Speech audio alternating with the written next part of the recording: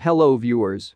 Queen Elizabeth's death comes at moment of uncertainty for Britain. London. Queen Elizabeth II, whose 7-decade reign made her the only sovereign that most Britons had ever known, died on Thursday at her summer estate in Scotland, thrusting a bereaved country into a momentous transition at a time of political and economic upheaval. The Queen's death at Balmoral Castle, announced by Buckingham Palace at 6:30 p.m., elevated her eldest son and heir, Charles, to the throne. He is Britain's first king since 1952, taking the name King Charles III. At 96, visibly frail, and having survived multiple health scares, the Queen had been in the twilight of her reign for some years. But news of her death still landed with a thunderclap across the British realm, where the Queen was a revered figure and an anchor of stability. Sign up for the morning newsletter from the New York Times. In itself, the Queen's death is a watershed moment. But it also comes at a time of acute uncertainty in Britain. A new Prime Minister, Liz Truss, has been in office for only 3 days, following months of political turmoil in the British government. The country faces its gravest economic threats in a generation, besieged by inflation, soaring energy bills and the specter of a prolonged recession. The death of Elizabeth sets in motion a royal transition more complicated than any change in prime ministers. It will be meticulously choreographed in its rituals, but what kind of monarchy it will produce is a mystery. At 73, Charles is the oldest person to become monarch in British history, a familiar figure, to be sure, but one who has made clear he wants to transform the nature of the royal family. The Queen died peacefully at Balmoral this afternoon, the palace said in a stark, 2-line statement affixed to the front gate of Buckingham Palace.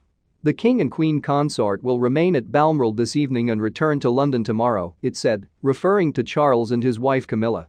The announcement came after an anguished vigil of several hours, following a lunchtime statement by the palace that the Queen had been placed under medical supervision. Family members rushed to her side at Balmoral Castle, suggesting this was no ordinary medical crisis, but that the end was near. News of the Queen's decline began circulating as Parliament was debating an emergency aid package to protect Britons from huge increases in gas and electricity bills. After a senior minister whispered in her ear, Ms. Truss rose to leave the chamber. Hours later, clad in black, she emerged from Downing Street to pay tribute. Queen Elizabeth II was the rock on which modern Britain was built, Ms. Truss said. She was the very spirit of Great Britain, and that spirit will endure. Ms. Truss concluded by swearing fealty to the new monarch, disclosing for the first time that he would be known as King Charles rather than by another name, as is a monarch's prerogative. God save the king, Ms. Truss declared. The new king said in a statement, "We mourn profoundly the passing of a cherished sovereign and much-loved mother. I know her loss will be deeply felt throughout the country, the realms and Commonwealth, and by countless people around the world." Tributes also poured in from around the world. President Biden and his wife, Jill, said in a statement that the Queen was the first British monarch to whom people all around the world could feel a personal and immediate connection. Emmanuel Macron, the president of France, said she had embodied the continuity and unity of the British nation for over 70 years. As dusk fell on London, large crowds began to gather in front of Buckingham Palace, echoing the mass demonstrations of grief after the news that Princess Diana had been killed in a car accident in Paris in 1997. Others lingered on street corners, staring at news updates on their phones. In South London, Tiana Cron alluded to Britain's mounting problems, saying the Queen's death came at the worst possible moment in history. "We are going to see some crazy falling apart," she added. There was something solid about that, about knowing that she was in charge. Many of those who crowded pubs on Thursday evening described being at a loss as to how they should feel. "I don't think people around the world realize just how brilliant she was," said one customer, Jeff Nightingale. "It's like losing your grandmother. My wife will be in tears when I get home tonight." The Queen's death had none of the awful suddenness of Diana's. The stark language in the palace's statement on Thursday was highly unusual and left little doubt of the gravity of the situation. By mid-afternoon, the Queen's children and several of her grandchildren had converged on Balmoral, a sprawling 19th-century castle in the Scottish Highlands, where the Queen and her family have long spent their summers. Charles and Camilla had been staying in a royal residence not far from Balmoral, and he was reportedly paying regular visits to his mother. Her daughter, Princess Anne, was also in Scotland already. A Royal Air Force jet carried several other members of the royal family to the nearby city of Aberdeen, where they boarded a motorcade to Balmoral. That included her 2 other sons, Andrew and Edward, and Prince William, the eldest son of Charles, who is now the heir to the throne. Prince Harry, who with his American-born wife, Meghan, had a bitter rupture with the royal family, made his way to Scotland on his own, arriving well after the Queen's death was announced. The couple saw the Queen at Windsor Castle recently to introduce her to her newest great-granddaughter, Lilibet, who bears the childhood nickname that Elizabeth's parents gave her. The cause of the Queen's death was not known. The palace has said in the past that she has problems with mobility. She recovered from a bout with COVID-19 in February, which she later said had left her exhausted.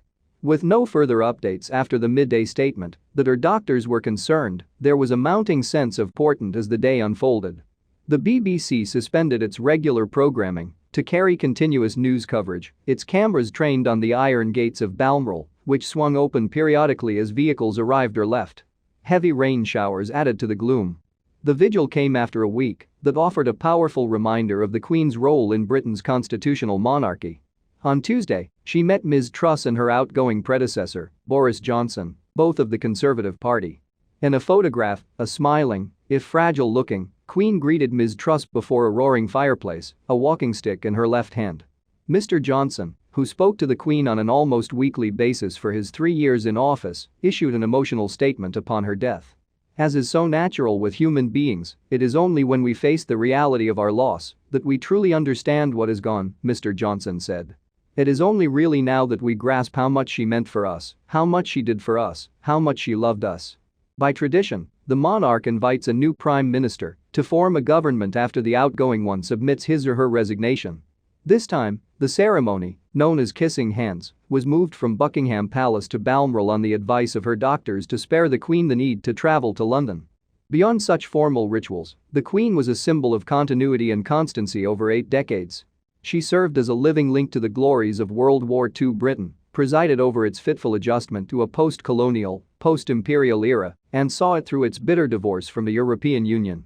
There is no analogous British figure who will be mourned as deeply. Winston Churchill might come closest, or whose death will provoke a greater reckoning with the identity and future of the country. Her extraordinary longevity lent her a sense of permanence that makes her death, even at an advanced age, somehow shocking. Her steadfastness also helped the House of Windsor weather its own upheavals. Dignified and dutiful, she managed to rise above the tabloid headlines, whether about her troubled sister Princess Margaret, Charles and his failed marriage to Diana, her second son, Andrew, who settled a sex abuse case linked to his ties with the disgraced financier Jeffrey Epstein, or the soap opera of Harry and Meghan. One well-documented misstep came after Diana's death, when the Queen declined for days to leave Balmoral to join in the nation's grieving. She finally expressed her sorrow in a televised address, speaking, she said, as a grandmother. The Queen's declining health had been a recurring cause of concern for the past few years, forcing her to cancel many public appearances, even much-loved events like her annual commemoration of Britain's wartime dead. She had largely retreated to Windsor Castle, her country residence outside London, though this year she kept to her summer habit of decamping for Balmoral, where she enjoyed walking on the estate's craggy hills and sylvan dales. During the Platinum Jubilee in June, marking her 70 years on the throne, a smiling monarch appeared on the balcony of Buckingham Palace to watch a parade and a Royal Air Force flyover in her honor. But she skipped most of the rest of the celebrations, including a gala concert held in Queen Victoria Square, in front of the palace. She stopped traveling outside Britain several years ago. As the Queen receded from public view, Charles took on many of her public duties, including the state opening of Parliament and the conferring of knighthoods. In April 2021, the Queen lost her husband of 73 years, Prince Philip, who died a few weeks before his 100th birthday. At Philip's memorial service, she sat, masked and alone, in a choir stall at St. George's Chapel in Windsor Castle, a poignant symbol of the pandemic's social distancing restrictions. Even near the end, in her declining state, the Queen was a constant, revered figure in the public life of her country. During the depths of the pandemic, she addressed a socially isolated nation, assuring Britons, in the words of Vera Lynn's beloved World War II-era song, that we will meet again. Megan Specia and Emma Bubola contributed reporting. If you liked the video, please hit the like button on this page and subscribe if you would like to hear more.